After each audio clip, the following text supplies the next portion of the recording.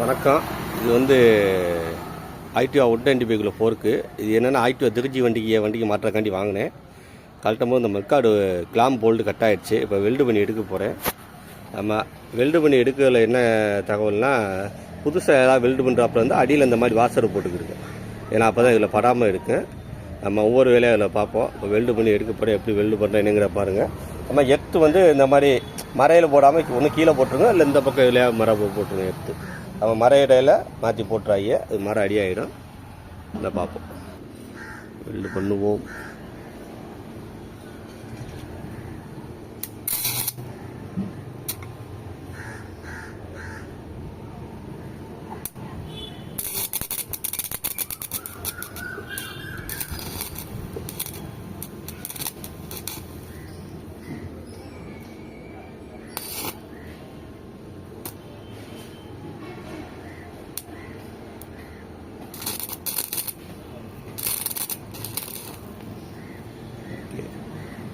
லைட்டாக வெல்டு வச்சு பார்ப்போம்.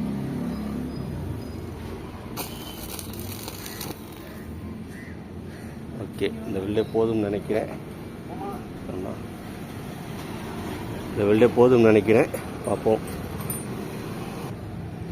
பாருங்கள், வெல்டு பண்ணி பிடிக்கவே இல்லை. நட்டு ஃப்ரீயாக சுற்றுது. சுரண்டி விட்டு மறுபடியும் வெல்டு அடிங்க. ஆமாம், பண்ணிங்கன்னா தான் எடுக்க முடியும்.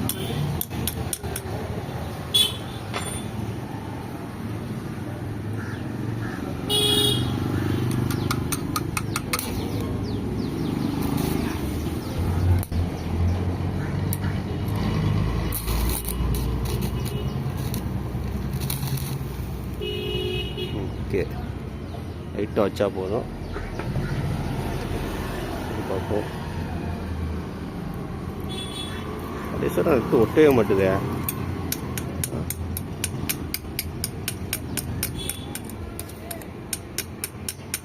சுரண்டி விட்டு நல்லா அடிங்க, அப்போ தான் வெல்டு ரெண்டு வரும்.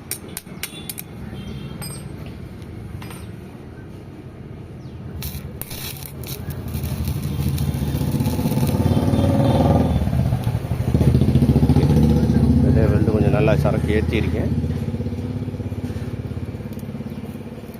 கடைசி வரை பிடிக்கவே மாட்டுது. என்னதான் இது?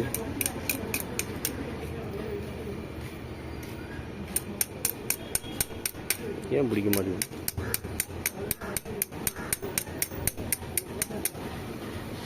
நல்லா போடுவோம்.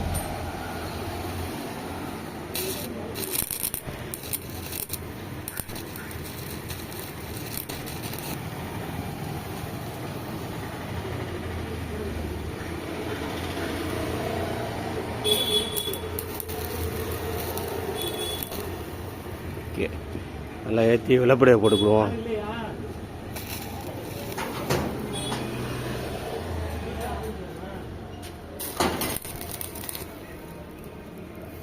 ஓகே, கொஞ்சம் நான் சூடு ஆகட்டும்.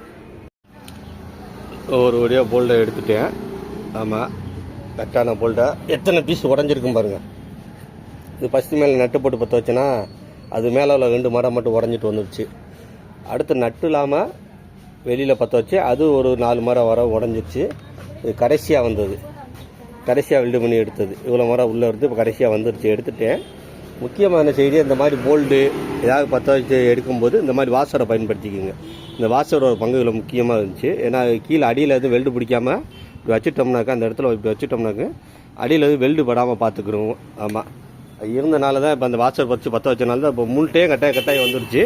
ஆனால் எடுத்துட்டேன். இதில் முக்கிய பங்கு என்ன, இந்த கிரிப்பில் இருந்தால் மேலே நான் போல்டு வச்சு ஏதாவது பற்ற வச்சு கழட்டிருந்தா கூட கிரிப்பாக கிடச்சிருக்காது, கழட்ட சிரமப்பட்டிருப்பேன். அதுலேயே சரக்கு ஏற்றி நீ கிரிப்பில் போட்டு இப்படியே லூஸ் பண்ணி டைட் பண்ணி தான் கழட்டினேன் பொறுமையாக. அதனால கழட்ட முடிஞ்சிச்சு. கிரிப்பு இல்லைன்னா வாங்கி வச்சுக்கோங்க. வெல்டு பண்ணும்போது போல்டு அதாவது அனுபவம் உள்ள வெல்டருக்கு தெரியும் எப்படி என்ன பண்ணணும்னு. அவங்களுக்கு நம்ம சொல்ல தேவையில்லை. புதுசாக என்னை மாதிரி பழகுறவங்க இந்த மாதிரி வாசர் வச்சுருங்க. எந்த போல்டு எடுத்தாலும் அதில் அதுக்கு தகுந்தாப்புல வாசர் போட்டிங்கன்னா அந்த வெல்டு கீழே படாது. நம்ம தைரியமாக வெல்டு அடித்து கழட்டுறதுக்கு ஈஸியாக இருக்கும். ஒரு சின்ன தகவல். நன்றி, வணக்கம்.